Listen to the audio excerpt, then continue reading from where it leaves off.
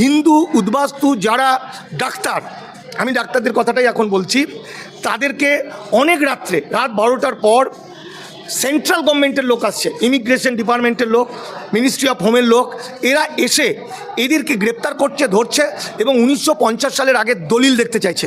ওরা যখন বলছে ভোটার কার্ড আধার কার্ড দেখাচ্ছে, তখন বলছে শুভেন্দু অধিকারীরা বলেছে এসব কিনতে পাওয়া যায়। সুতরাং 48 সালের আগের দলিল যারা দেখাতে পারছে না তাদেরকে গ্রেপ্তার করছে। এরকম আমি যে ভয়েসটা এখন আপনাদের দিচ্ছি, এরকম একটি ঘটনার ভয়েস কীভাবে আতঙ্ক ছড়িয়েছে দেখুন। এবং এরা শান্তনু ঠাকুরকেও ভয় বলতে চাইছে না। যদি শান্তনু ঠাকুরের মুখ দিয়ে জানাজানি হয়ে যায়, তাহলে বলছে ওই অঞ্চলের মুখিয়ারা বা প্রধানরা বা মস্তান বাহিনী, RSS টুনাটুনি বাহিনী এসে দখল নিয়ে নেবে, বাড়ি ঘর জমি জায়গা নিয়ে নেবে, মারধর করবে। এই ভয়ে যার এমন ঘটনা ঘটছে সে কিন্তু কাউকে বলতে চাইছে না। 460টা মানুষকে ধরেছে এবং তাদের পরিবার, তাদের মুখ দিয়ে আবার খবর নিয়ে আরও বহু লোককে ধরা চলছে। এটা হচ্ছে মধ্যপ্রদেশের এই ভয়েসটা একবার শুনুন। এর একই জিনিস চলছে আরও বিভিন্ন রাজ্যে। এখন সচেতন উদ্বাস্তু বা মতুয়াদের ভয়ে বাড়িতে কান্নার রোল শুরু হয়ে গেছে। অনেক চেষ্টা করেছিলাম এদেরকে বাঁচানোর জন্য, এরা কিছুতেই শোনেনি, কিন্তু এখন আর এদের বাঁচানোর কোনো রাস্তা আছে বলে আমার জানা নেই। আপনারা ভয়েসটা শুনুন। হ্যালো, হ্যাঁ, শোনা যাচ্ছে? হ্যাঁ বলুন। আচ্ছা আচ্ছা, বলছি দাদা, আপনি কোন টিকমগড়ে থাকেন তাই তো? না, আমি সাতনা জেলায় থাকি। সাতনা জেলাতে থাকেন? হ্যাঁ, আমার ভাই থাকে ও টিকমগড়ে। আচ্ছা, ভাই থাকে। এটা তো মধ্যপ্রদেশের ভেতরেই টিকমগড়টা। এমপি। হ্যাঁ হ্যাঁ হ্যাঁ, ওই আপনি যে কথাটা বলছিলেন তাই না? হ্যাঁ। তো ওটা কি একটুখানি খুলে বলুন। কেন কি 25 তারিখে আমি একটু বলছি, 25 তারিখে বলুন। শান্তনু ঠাকুর আসছে ভূপালে। হ্যাঁ তো আমাদের একটা সংগঠন আছে, উদয় প্রাথমিক স্বাস্থ্য সেবা সংগঠন। আমি সংগঠনের সেক্রেটারি বলছি। তা আমি ইচ্ছা জানাচ্ছি 25 তারিখে আমাদের সংগঠন নিয়ে ওইখানে ভোপালে পৌঁছাবো, শান্তনু ঠাকুরের সঙ্গে একটু আলোচনা রাখবো। তো আপনার এই বিষয়টা, এটা ওই মিটিংয়ে আমি অবগত হলাম। তো আপনি একটু বলুন বিস্তারিত, আমি একটু শুনি। ওখানে আমার ছোট ভাই থাকে। আচ্ছা আচ্ছা ও অডিও পাঠিয়েছি দেখেন, মানে ভাই কলকাতা চলে গেছিল, যাওয়ার পরে অফিসাররা ফোন করেছিল নাকি।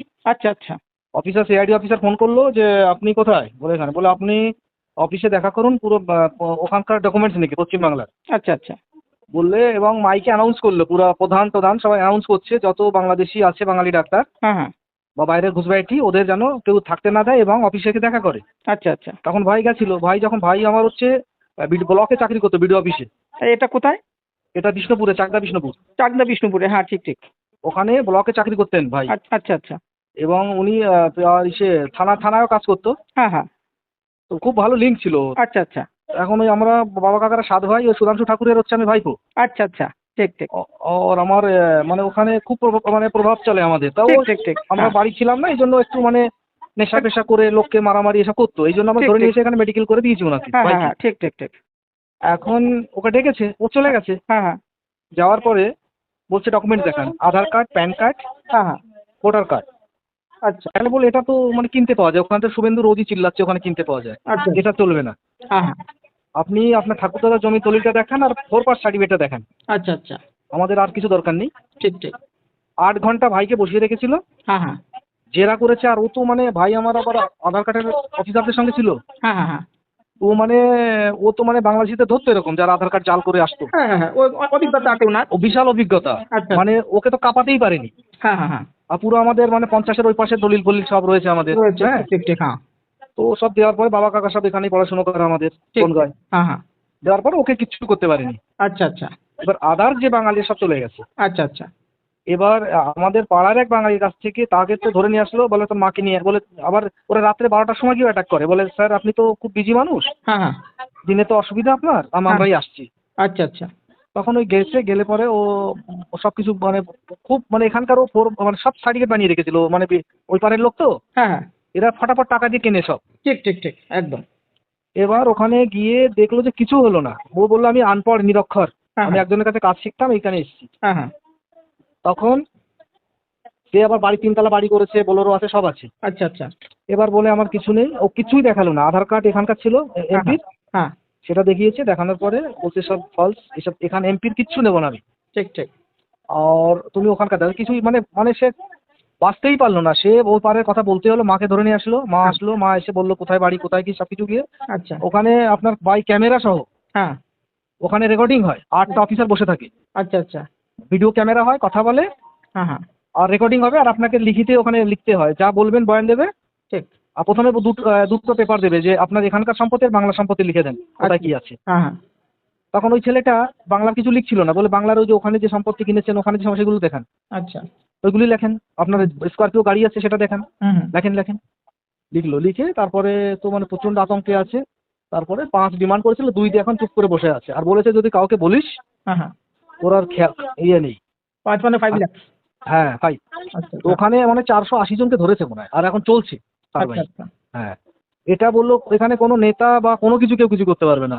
ওরা লিগাল কথা বলছে, আপনার বাংলার হন, আপনি কি সার্টিফিকেট আছে কিছু দেখার দরকার নেই আমার। আচ্ছা। আর দুটো বাঙালি একজন পাটবাড়ি, একজন MBBS doctor, dentist doctor, BDS. হ্যাঁ হ্যাঁ। তার বাবা এখানেই পড়াশোনা করিয়েছে। আচ্ছা। বলছে তোর বাবার কাগজপত্র তুই বলতে পারবি, ওই পারে কোথায় তুই পারবি না, তোর বাবাকে নিয়ে আয়। হ্যাঁ হ্যাঁ। হ্যাঁ, তো তোর বাবা ইনলিগাল, তা তুই কি করে লিগাল হবি এখানকার? ঠিক ঠিক ঠিক। মানে সরকারি ডাক্তার সে, বিডিএস, হ্যাঁ হ্যাঁ। এবং পাটবাড়ি গভর্নমেন্টে চাকরি করে এমপিতে। তার বাবা টাবা পুরনো এসছে। হ্যাঁ হ্যাঁ। হ্যাঁ, সেই চালু হয়েছে ওখানে। তো এটা টিকমগড় জেলা তাই তো? ঠিক আছে, ঠিক আছে। মানে আমাদের মধ্যপ্রদেশে। তার মানে মধ্যপ্রদেশ। আমাদের এখানে অনেক। এটা এখনো গভর্নমেন্টকে সার্কুলার করেনি, থানা জানে না, প্রধান জানলে বাড়িঘর সব কবজা করে নেবে। হ্যাঁ হ্যাঁ হ্যাঁ। এখানে ওপেন হলেই সব কবজা হয়ে যাবে। ঠিক ঠিক ঠিক। এই জন্য ওই অফিসারগুলো এখনো মানে ডিক্লিয়ার দেয়নি। উপর থেকে আদেশ এসছে, ফাইলটা করে গৃহমন্ত্রীর কাছে পাঠাচ্ছে। আচ্ছা আচ্ছা। বুঝলেন, এখানে প্রশাসনও জানতে পারছে না, এখানে পুলিশও জানতে পারছে না, ঠিক ঠিক ঠিক। এখানে নেতা কেউই জানছেন না।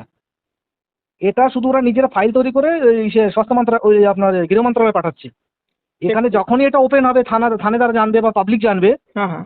তখনই লুট পাঠাবে। যেরকম ওইখানে মিয়ারা লুট করেছে, হ্যাঁ হ্যাঁ। ঠিক ঠিক। ওরকম ঘরে ঢুকে লুট করবে। বুঝতে পেরেছেন? আপনি যদি কথাগুলো ওনাকে বলেন, শান্তনুকে, হ্যাঁ উনি হ্যাঁ। কথাগুলো প্রচার করবে, হ্যাঁ হ্যাঁ হ্যাঁ। আর যত বাঙালি সেসব ধরা পড়ে যাবে। আর এখানকার লোক আতঙ্কিত হয়ে যাবে, বলে যে এটা বুঝবে ঠিক, ঠিক ঠিক। এরা কিন্তু বিপক্ষে চলে যাবে। বুঝতে পেরেছেন? হ্যাঁ, বুঝতে পেরেছি। এই জিনিসটা তো এতদিন আমাদের ছিল, মানে ঢাকা ছিল। হ্যাঁ, ওপেন হয়ে গেলে আজকে আমরা কোথাকার কারা এটা জেনে যাবে, আর পুরো জেনে যাবে, এবং পাবলিকে আপনার পুরো আক্রমণ করে দেবে। করবে করবে একদম বুঝতে সত্যি এই কথা। জন্য এটা অফিসাররা একদম মানে এরা এখন টাকা খাচ্ছে, খেয়ে বসে আছে ফাইল বানিয়ে। ঠিক ঠিক। কেন কি? কেন্দ্র সরকার যখনই আদেশ দেবে এদের সব বুক করে দেবে। কেন কি আজকে আমরা যারা এখানে খালি হাতে এসেছিলাম তারা সব গাড়ি বাড়ি করে নিয়ে বসে আছে, আর আমাদের পাশের দেওয়ালে যারা থাকে তারা সেই 50 বছর হয়ে গেছে, কিচ্ছু করতে পারেনি। তাদের হিংসা হয় না? হ্যাঁ, 50 জন লোক আমাদের ফার্মে থাকলে আর 50 জন বিপক্ষেও থাকে। ও তো আমাদের একটা বাঙালি এখানকার, আমাদের ভারতেরই, হ্যাঁ হ্যাঁ। সে আমার কাছে ফোন চাইছে, অফিসারের ফোনটা দাও, আমার এখানে দুটো বাঙালি আছে, তারা 5 মঞ্জিলা মকান করেছে এখানে। হুম হুম। বলেন। হ্যাঁ, ঝাঁসিতে। আচ্ছা আচ্ছা। বলে আমি অফিসারে, আমি তুমি পাগল হয়ে গেলে নাকি? হ্যাঁ, বলে আমি সব বাংলাদেশিতে ধরিয়ে দেবো। হ্যাঁ হ্যাঁ হ্যাঁ। তাই বলছে। তো এটা ওপেন করলে আপনারা এগুলো বিপদে পড়বে, পাবলিক খেপে যাবে। ঠিক ঠিক ঠিক। বুঝতে পেরেছেন? এটা মানে এখন যেভাবে চলতে দেন, ওখান আচ্ছা। থেকে ওদের বলতে দেন যে শান্তনুকে হ্যাঁ। মানে কোনো ডকুমেন্ট ছাড়া কিছু হয় কিনা। ঠিক ঠিক ঠিক। বুঝতে পেরেছেন? এই প্রেশারটা দেন, কিন্তু এই প্রেশারটা যখনই দেবেন হ্যাঁ হ্যাঁ। তখনই এসপির কাছে যাবে। না, সেটা আমরা আলোচনা করে যেটা সুবিধা, কারণ 50 জন এক জায়গায় থেকে একটা আলোচনা রেখে তারপরে আমরা কথাটা সার্কুলার করব কি দিয়ে করা হ্যাঁ, যায়, খালি কি না এখনো হয়। পাবলিক জানতে পারছে না, প্রধানও জানছে না এখনো। ঠিক ঠিক। আর পুলিশ ও প্রশাসনকেও দেয়নি ওরা এখনো। ঠিক ঠিক ঠিক। এটা সেন্ট্রাল গভর্নমেন্টের ফোর্স। হ্যাঁ হ্যাঁ হ্যাঁ। ওরা একদম ওটা ফাইলটা একদম মানে ভীষণভাবে ফাইল বানাচ্ছে। বুঝতে পেরেছি। হ্যাঁ। বুঝলেন? ভাইকে 3 বার সব মানে করছে ভেরিফিকেশন, আবার বলছে যে একটাও মানে ফলস নেই তো। বলে আপনি যেটা খুশি করেন, আমার কাছে high court, local court, supreme court সব আছে, তো আপনি দেন, কেস যা দিয়ে দেবেন। কতগুলো ডাক্তার ওখান থেকে ওখানে 480টা মনে হয়।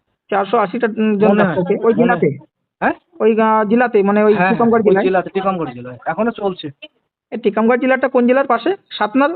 না না, ওটা তো আপনার ওই সাগরের কাছাকাছি, এই টিকমগড় জেলা? সাগর। আচ্ছা আচ্ছা। ঠিক ঠিক। হ্যাঁ, পান্না সাগর টিকমগড় ওই হ্যাঁ, একই সব। ওইদিকে। হুম হুম। এটা ওই গৌতম কাকার কাছে একটা নাম্বার দিয়েছি, ওর সঙ্গে কথা বলবেন, আমার কথা বলবেন না, দেখবেন বুঝতে পারবেন ওর অবস্থা। কথা বলতে পারবেন, ওরা কথাই বলবেন এই সম্বন্ধে। মানে আপনার হ্যাঁ, নাম্বারটা একটু দিন না দাদা, আমার কাছেও দিয়ে দেন। ওই নাম্বারটা গৌতম কাকার কাছে আছে, দেখেন। আচ্ছা, আপনি দিতে পারবেন না তাই? হ্যাঁ, চলেন, ঠিক আছে। যদি ওর পারেন সঙ্গে একটু আমার কথা বলবেন, আমার কথা বলবেন না, দেখবেন মানে কি আতঙ্কে আছে। হ্যাঁ দাদা, একটা কথা বললেন, আপনার বাড়ি কোথায় বললেন? চাকদা, বিষ্ণুপুর। চাকদা, বিষ্ণুপুর। ঠিক। আমার বাড়ি গোপালনগরে। আচ্ছা আচ্ছা। বিষ্ণুপুরে আমার দাদার বাড়ি আছে। হ্যাঁ। বিষ্ণুপুর বাজারের পরে বাড়ি আপনার? না, একটু আগে আশ্রম বাড়ি হচ্ছে আমাদের বাড়ি। শোনেন, আশ্রম পাড়ার বাঁ পাশে যে টিকিটা আছে না? হ্যাঁ হ্যাঁ, নেউলিয়া বিল। হ্যাঁ, নেউলা বিল। বিল। ঠিক ঠিক। ওখানে পঙ্কজ বিশ্বাস, ওদের গাড়ি টাড়ি আছে। হ্যাঁ হ্যাঁ, ও তো আমাদের কথা বলবেন, ও বলে দেবে আমাদের কথা আচ্ছা সব। আচ্ছা। ও আমাদের ভাই, হ্যাঁ না? হ্যাঁ, গণেশের শালা হচ্ছে। হ্যাঁ, গণেশের সালাস, ওদের ভগ্নিপতি। ঠিক বলেছেন। ঠিক ঠিক। ওকে জিজ্ঞেস করবেন হ্যাঁ আমাদের কথা, বলবেন আশ্রম বাড়ি দিলীপদের কথা বলবেন, তখন ওরা বলে দেবে। ঠিক ঠিক ঠিক। আমাদের চেনা জানা লোক। ওই গণেশ তো ওই পঙ্কজের ভগ্নিপতি, হ্যাঁ, ভগ্নিপুর। মানে আমাদেরই ভগ্নিপতি। ঠিক ঠিক। হ্যাঁ ওরা গাড়ি টাড়ি ব্যবসা করে। হ্যাঁ হ্যাঁ, ও পঙ্কজকে বলবেন আমার কথা, আচ্ছা আচ্ছা। বলবে, দেখবেন। ঠিক ঠিক ঠিক। ও তো আমাদের আমার পাশেরই লোক। আশ্রম পাড়া আছে সুধাংশু ঠাকুরের আশ্রম, হ্যাঁ হ্যাঁ হ্যাঁ ঠিক। ওই আশ্রম থেকে আশ্রম পাড়া। একদম একদম, আমি গেছি তো ওখানে অনেক কয়েকবার। হ্যাঁ হ্যাঁ ওই তাহলে তো আমাদের চেনা জানা লোক আপনি। হ্যাঁ। ঠিক আছে, আমার নাম্বারটা নোট করুন, আপনারটাও আমি সেভ করে রাখছি, হ্যাঁ না সুবিধা অসুবিধা। আমরা কি নাম আপনার? স্বপন মণ্ডল। আচ্ছা আচ্ছা। তো ওই দেখি তো ফেসবুকে লোকে কথা টথা বলে, শুনে হয় বলে কি যে বকে এরা, বুঝি না। ঠিক ঠিক ঠিক। এখনো সেন্ট্রাল এটা চেপে আছে বুঝলেন, মানে চেপে চেপে কাজ করছে। আচ্ছা আচ্ছা। পাবলিক হলে পরে এখানকার লোক যেখানে ওখানে যেরকম বাড়িঘর লুট করেছে ঠিক ঠিক ঠিক এটা করবে এখানে এরা, একদম। এই দেশের লোক। এই জন্য বুঝে শুনে কাজ করবেন। একদম। আমি ওই নাম্বার দেওয়া নিয়ে ওর সঙ্গে কথা বলবেন, আমার কথা বলবেন না যে আমি দিয়েছি। আপনি এক কাজ করেন, ওই নাম্বারটা আমাকে সেন্ড করে দেন। আর হ্যাঁ আপনি- আমার এখন অনেক রুগী বসে আছে তো। ঠিক, আপনি দেখুন একটু পরে আমার নাম্বার। আচ্ছা, অবশেষে শত শত হিন্দু উদ্বাস্তুদের গ্রেফতার করা হচ্ছে কেন্দ্রের তরফ থেকে। মধ্যপ্রদেশে এমন ঘটনা কিন্তু সামনে এসেছে, কি বলবেন? দেখুন, গত 7 বছর ধরে একই কথা আমরা বলেছিলাম হিন্দু উদ্বাস্তুদেরকে, তারা আমাদের কথা শোনেনি, উল্টে আমাদেরকে গালাগালি দিয়েছে, মারতে এসছে ইত্যাদি। আজকে ভারতবর্ষ মোটামুটিভাবে সাম্প্রদায়িক বিদ্বেষে দীর্ণ, আমাদের বাংলার ক্ষেত্রেও তাই, হিন্দু মুসলমান চলছে। কিন্তু আমরা অনেকেই ভুলে গেছি এই হিন্দু মুসলমান চলার মাঝেই গত এবছর এপ্রিল মাসের দুটো ভয়ঙ্কর আইন হয়েছে, যেটা তথাকথিত হিন্দু রাষ্ট্র তৈরির আইন। একটা হচ্ছে ওয়াকফ সংশোধনী আইন, যেটার মধ্যে দিয়ে মুসলমানদের সমস্ত ওয়াকফ সম্পত্তি নিয়ে নেওয়া হবে এবং মুসলমানদের হিন্দু সংস্কৃতিতে ফিরে আসতে হবে, যেটা গোল ওয়ালকার তার we or our nation we defined বলেছে, বা আরএসএসের মূল এজেন্ডা। আর একটা হচ্ছে হিন্দু উদ্বাস্তুরা যারা স্বাধীনতার পরে এসেছে, 1952 14ই আগস্টের পরে ভারতবর্ষে এসেছে পাসপোর্ট ভিসা ছাড়া, এবং ভারতে এসে পাসপোর্ট ভিসা ইত্যাদি তৈরি করেছে, তাদেরকে কৃতদাস বানানো হয়েছে।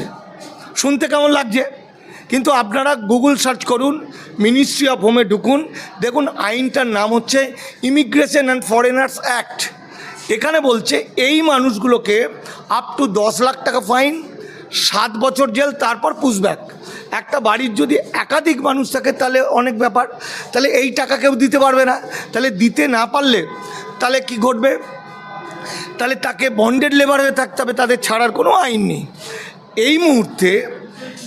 এই মুহূর্তে সারা ভারতবর্ষ জুড়ে হিন্দু মুসলমান বিচ্ছেদ চলছে, বিভাজন চলছে, যেটা হিন্দুত্ববাদীরা, বিশেষ করে টুনাটুনিরা, আমি অবশ্য হিন্দুদেরকে দুটো ভাগ করি, একটা টুনাটুনি হিন্দু আর একটা প্রকৃত হিন্দু। প্রকৃত হিন্দুরা মানবতাবাদী, গণতন্ত্রপ্রিয় এবং ধর্মনিরপেক্ষ, সংবিধান মানে।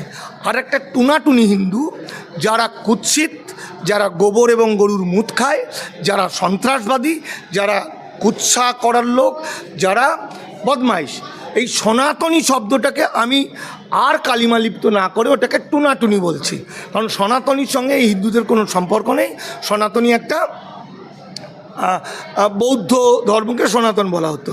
যাই হোক, এই সময় যখন হিন্দু মানে বিদ্বেষ চলছে, সেই সময় কিন্তু মুসলমানদের উপর যেমন আক্রমণ চলছে, পাশাপাশি বিভিন্ন রাজ্যের হিন্দু উদ্বাস্তুদের বাড়িতে পয়সাওয়ালা লোক, মধ্যপ্রদেশ, উত্তরপ্রদেশ, বোম্বে, ছত্তিশগড়, বিভিন্ন জায়গার হিন্দু উদ্বাস্তু যারা ডাক্তার, আমি ডাক্তারদের কথাটাই এখন বলছি, তাদেরকে অনেক রাত 12টার পর সেন্ট্রাল গভর্নমেন্টের লোক আসছে, ইমিগ্রেশন ডিপার্টমেন্টের লোক, মিনিস্ট্রি অফ হোমের লোক, এরা এসে এদেরকে গ্রেপ্তার করছে, ধরছে এবং 1950 সালের আগের দলিল দেখতে চাইছে। ওরা যখন বলছে ভোটার কার্ড, আধার কার্ড দেখাচ্ছে, তখন বলছে শুভেন্দু অধিকারীরা বলেছে এসব কিনতে পাওয়া যায়। সুতরাং 48 সালের আগের দলিল যারা দেখাতে পারছে না তাদেরকে গ্রেপ্তার করছে। এরকম আমি যে ভয়েসটা এখন আপনাদের দিচ্ছি, এরকম একটি ঘটনার ভয়েস কিভাবে আতঙ্ক ছড়িয়েছে দেখুন। এবং এরা শান্তনু ঠাকুরকেও ভয়ে বলতে চাইছে না। যদি শান্তনু ঠাকুরের মুখ দিয়ে জানাজানি হয়ে যায়, তাহলে বলছে ওই অঞ্চলের মুখিয়ারা বা প্রধানরা বা মস্তান বাহিনী, আরএসএস টুনাটুনি বাহিনী এসে দখল নিয়ে নেবে। বাড়ি ঘর জমি জায়গা নিয়ে নেবে, মারধর করবে। এই ভয়ে যার যার এমন ঘটনা ঘটছে সে কিন্তু কাউকে বলতে চাইছে না। 460টা লোক, 460টা মানুষকে ধরেছে এবং তাদের পরিবার, তাদের মুখ দিয়ে আবার খবর নিয়ে আরও বহু লোককে ধরা চলছে। এটা হচ্ছে মধ্যপ্রদেশের, এই ভয়েসটা একবার শুনুন।